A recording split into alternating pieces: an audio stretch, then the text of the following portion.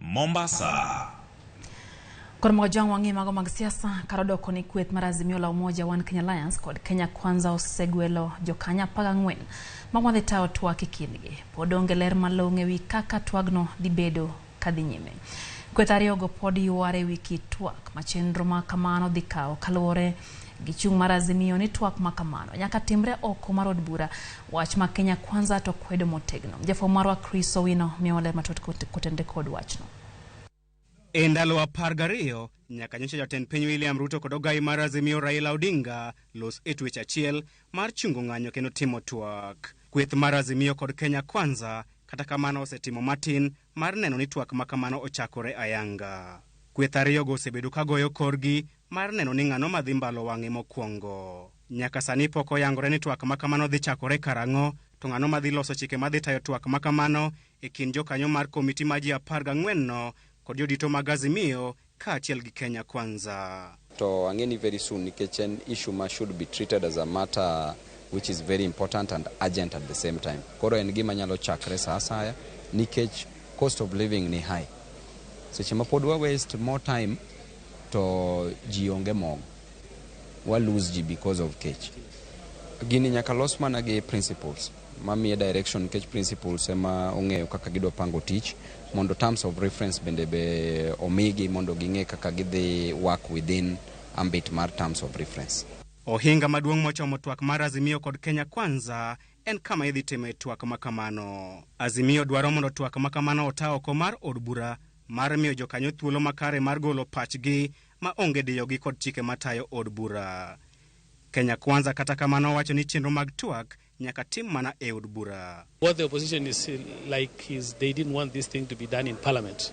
So it is like they are feeling that this thing is, since the Kenya Kwanza is having the numbers in the parliament, so they might, they are thinking that it might not go on to the direction they are thinking. So they are trying to push the goalpost into another area so that at least they start engaging the people now on the streets.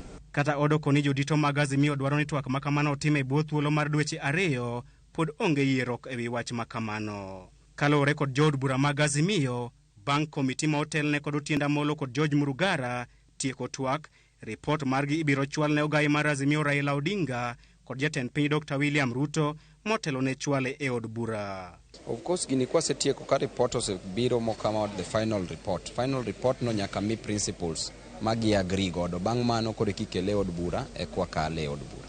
Jo od bura mag Kenya Kwanza kod Azimio bende ogolo chung' mopogore ewi okang' mar gwelo jo od bura ma Eldas Adan Keinan kaka jokanyo mar komiti no e lo Kenya Kwanza. Mano tunena chaya koro wawacho gi kizungu ni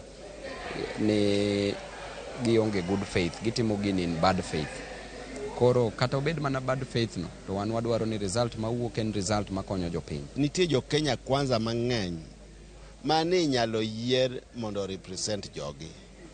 To leaders be mane waneno kacha, jomoko wacho ni ka en team mar Gor Mahia, tiwacho ni mago joma nie backbench emokele ni mondo go opira. Samineno kowe jo first 11 to kel ni jo backbench, tiende ni ng'ano cha team.